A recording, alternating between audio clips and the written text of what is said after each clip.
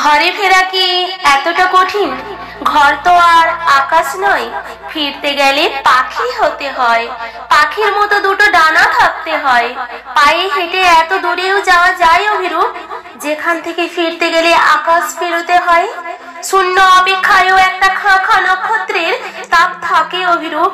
তুমি কখনো বুঝবে না অপেক্ষার শূন্যতা একটা মানুষকে যে কি ভীষণ নিঃস্ব করে দিতে পারে, যেখান থেকে জীবনের দিকে তাকালে মৃত্যুকেও প্রিয় মনে হয়।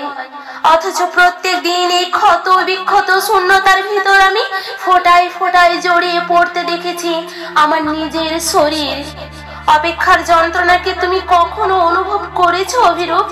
যে পাখিটাকে এনে তুমি আমার বুকের মধ্যে পুষে রেখেছিলে, তোমাকে না ছুতে পারার কষ্টে যন্ত্রণায় তার পাখা থেকে রোজ খসে পড়েছে একটা একটা করে পালক, আর সেই পালকের উপর জন্ম নিচ্ছে অসংখ্য উপজীবী ছত্রাক। এমন নৃশংসতার সাথে খেয়ে ফেলেছে ওরা পালকের সবটুকু উড়ান। পাখিটার বেঁচে থাকার কথা ভাবতে গিয়েই আমার কষ্ট পায়।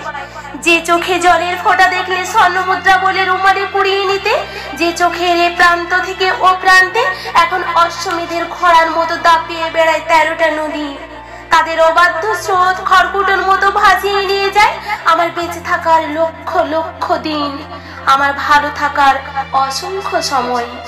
সাধারণ মেয়েদের কোনো পুনর্জন্ম থাকে না। অপেক্ষার জীবাশ্ম বয়ে বয়ে যে ভালোবাসা আজ আমার রক্ত প্রবাল, আমি কিছুতেই তাকে মৃত্যুর হাতে তুলে দিতে পারবো না অভিরূপ। আমি বাঁচবো অভিরূপ, মৃত্যুর পাঞ্জরে পাঞ্জরে আমি বাঁচবো, তুমি যতদিন বেঁচে আছো।